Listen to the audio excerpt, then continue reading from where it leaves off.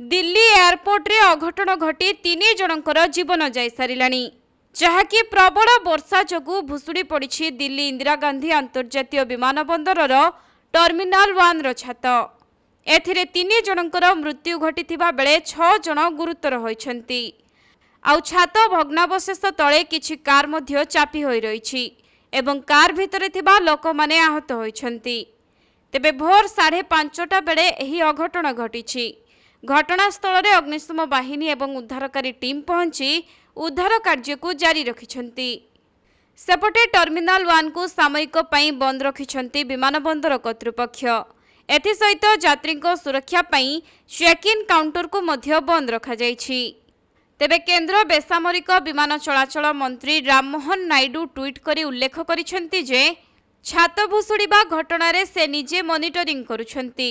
यथासंभव भुशुड़ीबा साइट रे काम चलीछि। एथिसहित जो विमान यात्री टर्मिनाल 1 रे विभिन्न समस्यार सम्मुखीन होइछंती सेमानंकु सहयोग कराजिबा सहित आहतंकु चिकित्सा पई मेडिकल रे भर्ती करा जाइछि। तेबे गतकाली राति रे दिल्ली रे भीषण वर्षा सह पवन होइथिला। एथिरे बहु अंचल जलबंदी होइछि। प्रबल वर्षा पानी रे भासुछि राजधानी दिल्ली। एपरिकी रास्तार अनेक गाड़ी मोटर फसी रहिबा सांगकु यातायात मध्य ठप होई सारिलानी, जेउथिपाई ट्राफिक पुलिस पक्षरु मध्य अलर्ट जारी करा जाइछि।